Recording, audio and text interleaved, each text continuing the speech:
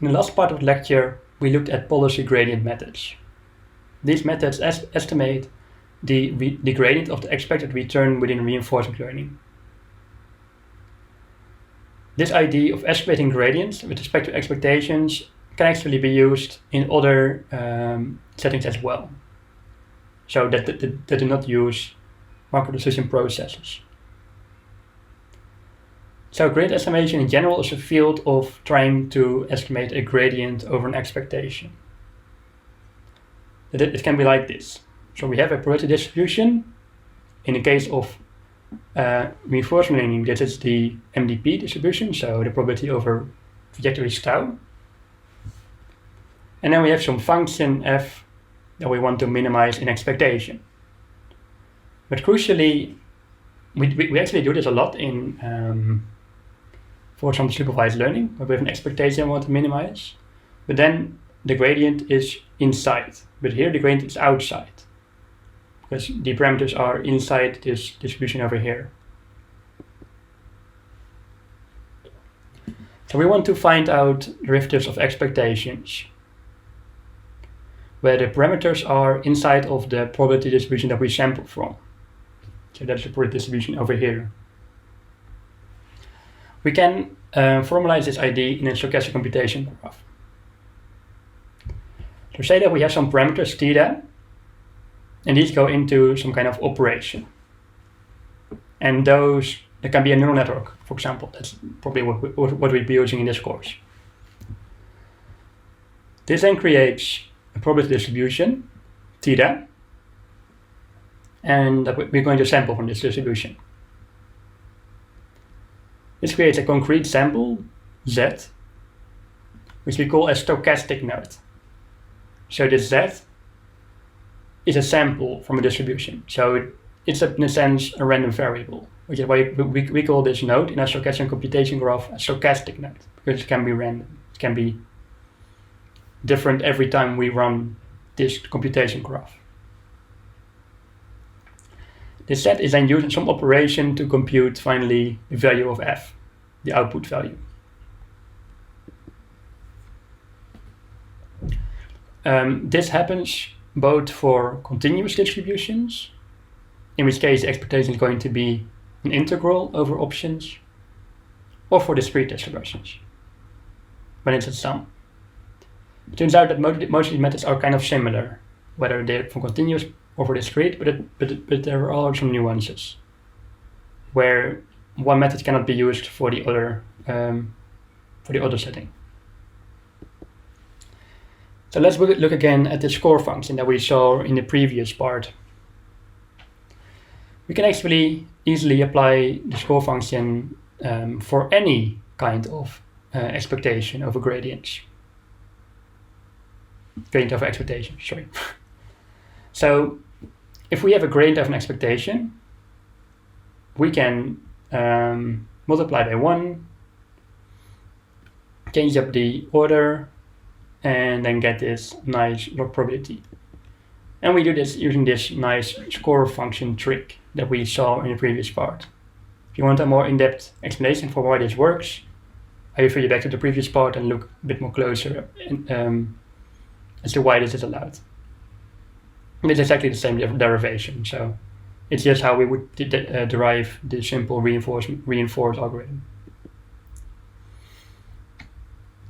The score function is very general, because it can be used for any distribution, both continuous or discrete, for any function f, but it has very high variance, like we mentioned at the end of the last part. Reinforced has very high variance. Next, we'll be talking about variances next, but let's first look at why this works. As a computation graph, we now have our parameters theta. These are used within our probability distribution to sample a variable z. The variable z is used to create the output value of the function f. And then we're going to compute our gradient of the log probability. For that we need our probability distribution, of course, to create the log probability. And it's log probability of our sample z. So we're also going to need our sample. We multiply this together with the function output. So that's what we do over here.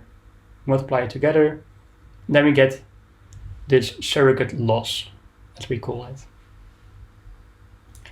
And a good thing of the surrogate loss is, if you go backwards through this computation graph, we see that there is now a line with thick arrows, so not dotted arrows, but thick arrows. Then we actually find a path through to the parameters theta. So now we can see in computation graph how the gradients flow towards theta, right through this path.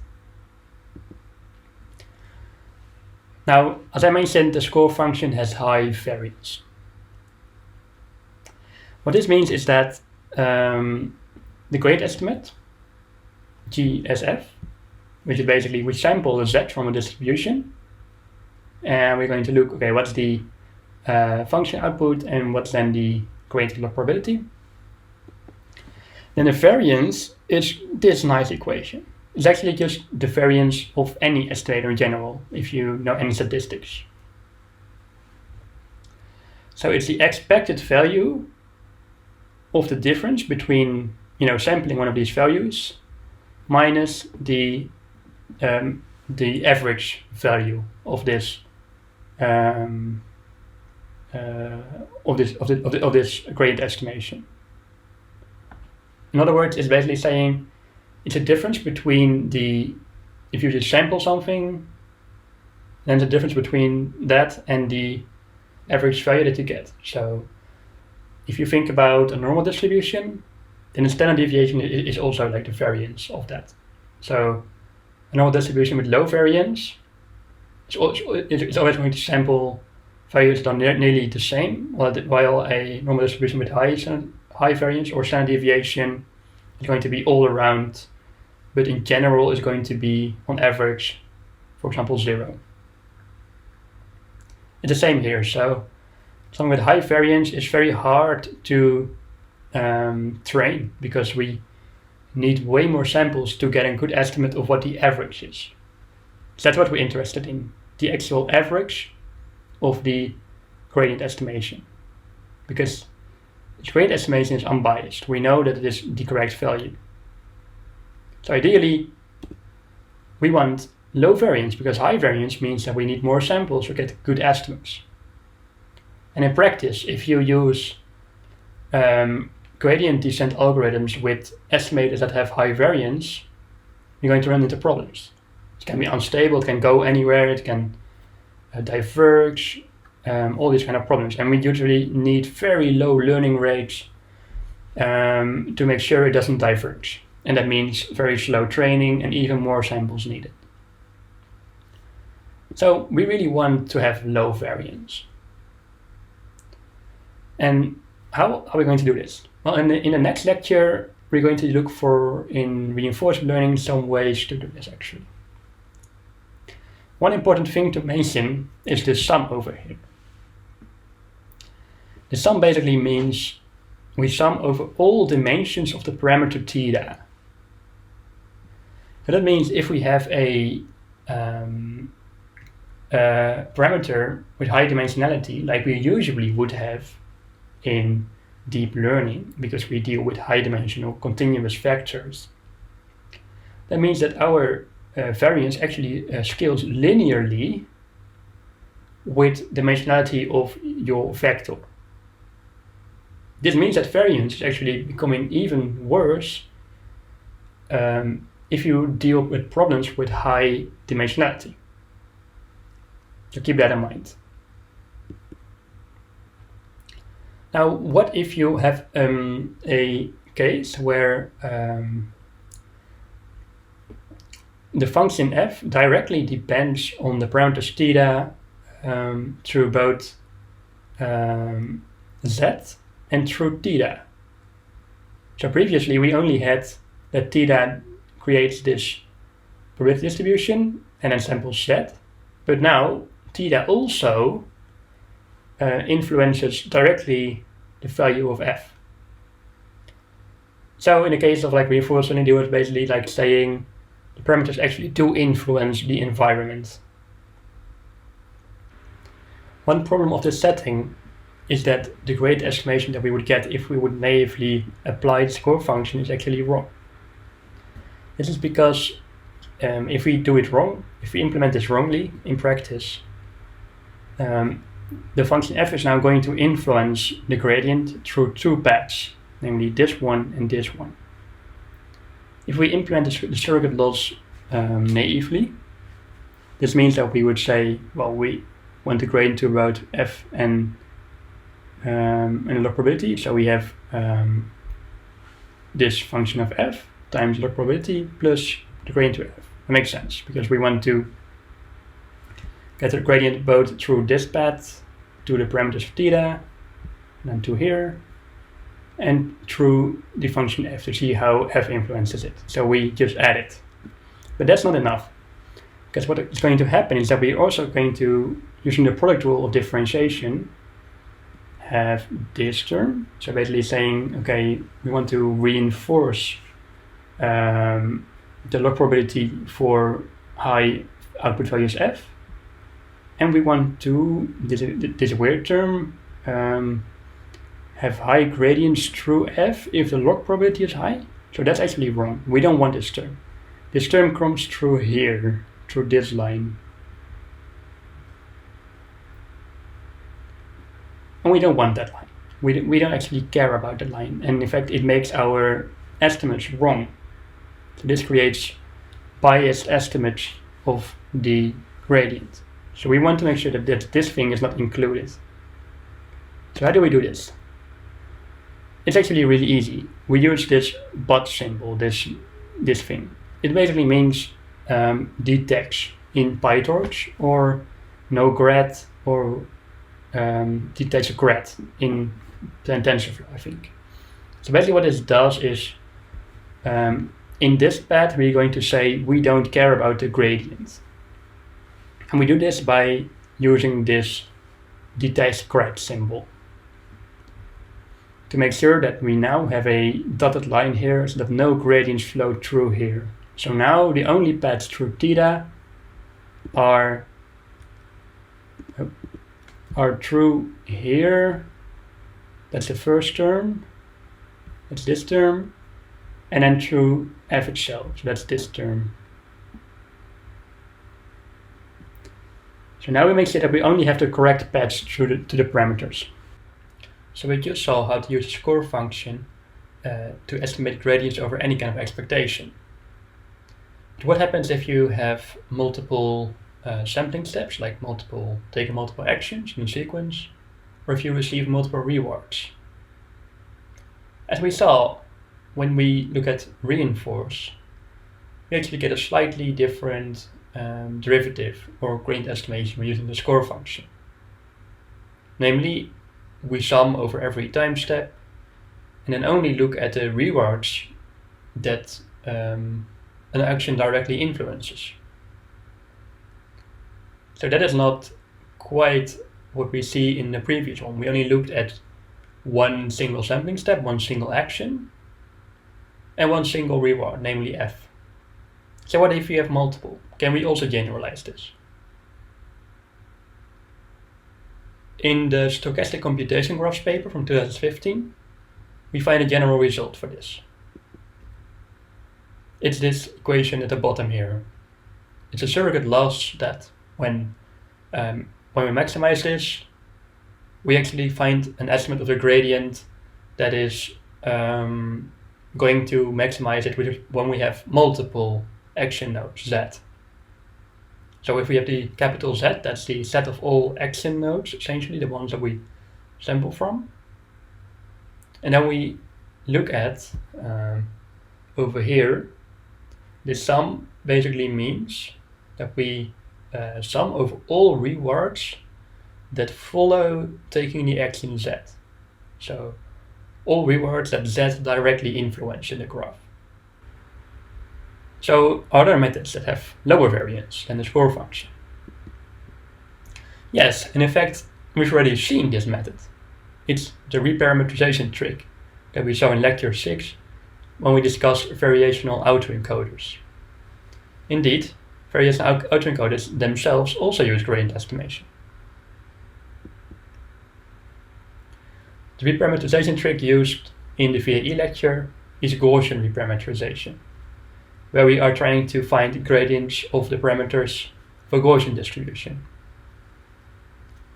So say that we have some Gaussian distribution with parameters mu and sigma, and we want to find out what are the derivatives when we use samples from this Gaussian distribution within a function f. One way to, and a very useful way, to estimate those gradients is using the reparameterization trick. So here we have the stochastic computation graph, so we have the parameters of the Gaussian distribution, mu and sigma, which is used to form the distribution. And from that we sample a value, a vector, a real valued vector, and use that within a function. So what we can do is to do the reparameterization trick. The reparameterization trick can be summarized as moving the sampling out of the stochastic computation graph. So what happens is we have some noise, a noise distribution, which in this case is a normal distribution. So a Gaussian distribution with parameters 0 and 1. And from this noise distribution we are going to sample some noise epsilon. This noise epsilon is then transformed using the covariance matrix, and then this is added to the mean. This is actually a way to sample from a normal distribution. So the result Z is a sample from a normal distribution with mean mu and covariance matrix sigma. So this is in fact a way to sample from a normal distribution. But in this case, the sampling happens outside of the computation graph. So the diamond tilde over here is no longer in the path from f to the parameters mu and sigma. So now the gradients are going to flow right into mu from f and to sigma. So this way we are able to train the parameters of a Gaussian distribution without resorting to the score function, because we moved the sampling out of the computation graph. This reparameterization trick can also be used for other distributions, as long as we are able to find a function g that's able to do this transformation. So in general, if we have a function g that's able to transform some kind of noise distribution, so in previous case it was the normal distribution, but it could also be something else like a GUMBEL distribution that we'll see later, then we can move the sampling out of the computation graph and make sure we can go from the output f to the input theta, right by backward propagating through everything. It uses the pathwise derivative for this. The pathwise derivative is basically just a chain rule or backpropagation, so it's exactly what we've seen so far in all the other computation graphs. So we basically just move from here to here to here to here to here using the chain rule. That's easy. And the good thing of using the chain rule is that we can now use information of f to z within our gradient estimate. This means that we know more about what f looks like when we try to estimate our gradients. This is why reparameterization is usually going to be better than a score function. It uses the properties of f to do this. There's one thing we should note here though. That is, to do this, we need the output f to be differentiable. Consider reinforcement learning. Can we do reparameterization here? And this is just a single loop within reinforcement learning of the MDP. So can we use reparameterization here? So we can do it. So we can sample our action using reparameterization, and that means that the sampling step itself is no longer non-differentiable, and we can sample an action without breaking differentiability. But then there are still lines that are non-differentiable, these three. This is because the environment is not differentiable in reinforcement learning. We cannot assume anything about the environment, what it looks like. We cannot propagate the gradients through it, as we have mentioned before. So there is still no differentiable path from the reward to the parameters, even though we make sure that sampling is now differentiable. So reparameterization is not a solution within reinforcement learning. So to recap the pathwise derivative, or reparameterization, that's very low variance. So that's great. But the requirements to be able to use this gradient estimator are a bit are a lot heavier than the ones for the score function. So the score function is actually a lot more general than the reparameterization trick. So as we mentioned, it requires a differentiable function, but there is another requirement for reparameterization, namely that only some distributions have this transformation to allow sampling. And all these distributions are continuous distributions. So there are some continuous distributions that don't allow reparameterization, but all discrete distributions also don't allow it. So there is no discrete distribution where we can use reparameterization. So that's unfortunate. So even though it's a great technique, we can only use it in certain scenarios. In those scenarios, it's usually going to be the best method to use. But for the other scenarios, we are going to have to find better alternatives. If we look at the discrete distributions, there is a bit of a hand-wavy exception to this, namely continuous relaxations. These are methods that try to approximate reparameterization for discrete distributions. The most important method here is a GUMBEL SOFTMAX. It is a continuous relaxation method, so a reparameterization method, for a categorical distribution. If we have probabilities pi 1 to pi k of the categorical distribution, then we have to choose a temperature that is tau. Don't confuse it with the trajectory tau, but tau is usually the symbol we use for temperature. So this has something to do with trajectories in reinforcement learning. And also pi has something to do with policies. Well, usually not. What we do is we sample some GUMBEL noise from a GUMBEL distribution. Don't worry if you don't know what it looks like, you can Google it, but it's not important.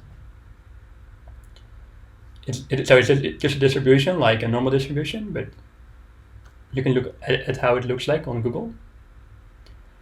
What we do with the GUMBEL noise is that we're going to transform it.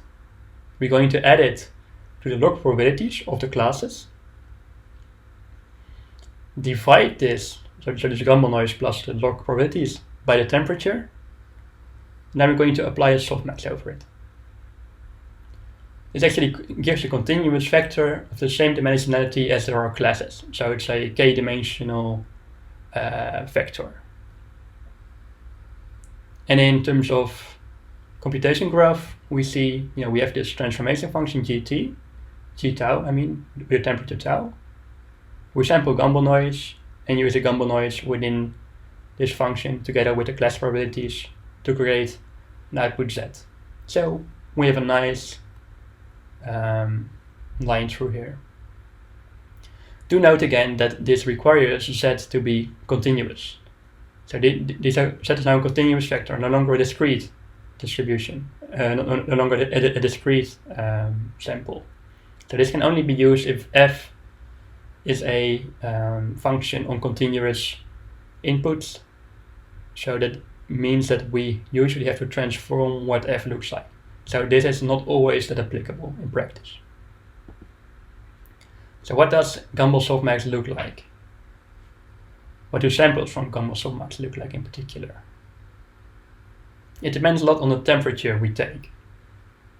So if we have very low temperature, samples from the GUMBEL SOFTMAX look very much like samples from a categorical distribution. But if we increase the temperature, you see that more and more of the other classes also are going to increase in their value. So this is a one-hot factor, right? And this is almost a one-hot factor. But more and more it looks less like a one-hot factor and more like a uniform distribution, where all of the classes have almost equal height. You can almost see it as a probability.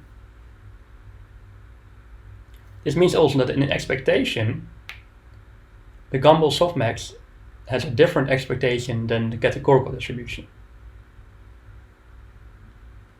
In particular, if you increase tau, the temperature, the expectation looks less and less like the expectation of the categorical distribution. It looks more and more, again, like a uniform distribution. This means that if we increase the temperature, the variance decreases because samples look more and more like each other. They all look like this uniform distribution, but the bias increases. This means that in expectation, it looks less and less like the actual categorical distribution that we want to estimate. So it's a useful way to decrease variance, but unfortunately, this comes at the cost of some bias. And bias basically means that we estimate the wrong thing. So this is the gradient estimate of the GUMBEL SOFTMAX, and this is a gradient estimate of the categorical distribution. So this is like the true gradient. And this subtraction, this equation is actually saying, okay, how wrong is our gradient estimate? And so the higher the temperature, the more wrong our gradient estimate is, which is called the bias of the gradient estimator. Of course, we want unbiased estimators, but sometimes biased estimators that have very low variance do way better than unbiased estimators with high variance. So why do we care so much about discrete distributions? Why don't we just use continuous distributions everywhere? This is because discrete distributions allow us with a lot of modeling freedom. It allows us to make crisp choices, in fact. So that's the main advantage of using discrete distributions. It really allows us to refer to one particular thing instead of a very fuzzy and non-interpretable vector of numbers. It also allows us to transform these non-interpretable vectors to symbolic representations that we can understand and reason with ourselves. This is an active research area of neurosymbolic AI, where we discuss how we can combine deep learning and logic, where deep learning is the continuous domain and logic the discrete domain. And one way to integrate these two fields is using gradient estimation. In gradient estimation, we can transform representations from a continuous to a discrete space. In our team, we've been working on STORCHASTIC, which is a library with just this goal. We are trying to find how we can create computation graphs with these stochastic steps, where you do sampling, and then find out some very efficient gradient estimates automatically, so that we can define these models and easily train them as well. It's a somewhat experimental PyTorch library with a very easy API, and there are already a lot of low variance estimators for general problems implemented. And in particular, we focus on discrete distributions to make sure that we can combine deep learning with logic and noise representation and databases. In other words, to create neurosymbolic AI. We have some master thesis projects with Stochastic, if you're interested in looking for master thesis. These all have to do with combining the continuous realm of deep learning with discrete problems, like knowledge graph walking or question answering that we just saw. You can contact me in this email if you're interested in helping. So to recap, we've been looking at the score function, which is a very general but high variance method for gradient estimation. If you want to do better, you can look at reparameterization and move sampling out of the computation graph. However, this is way better, that's lower variance because it uses the gradient of the output, but it requires a continuous distribution and differentiable functions. So it's less general than a score function. We've also looked at the GUMBEL SOFTMAX, which is a continuous approximation with discrete distributions to allow reparameterization. However, it's also biased and requires a lot of weird tricks to get working. In the next lecture, we'll deal with the variance of reinforcement learning estimators, the policy gradient estimators. There we will discuss methods like ActorCritic and Dreamer, which is a model-based reinforcement learning lecture, that have way lower variance than reinforce. I thank you for your attention during this lecture and hope to see you next week where we continue looking at reinforcement learning.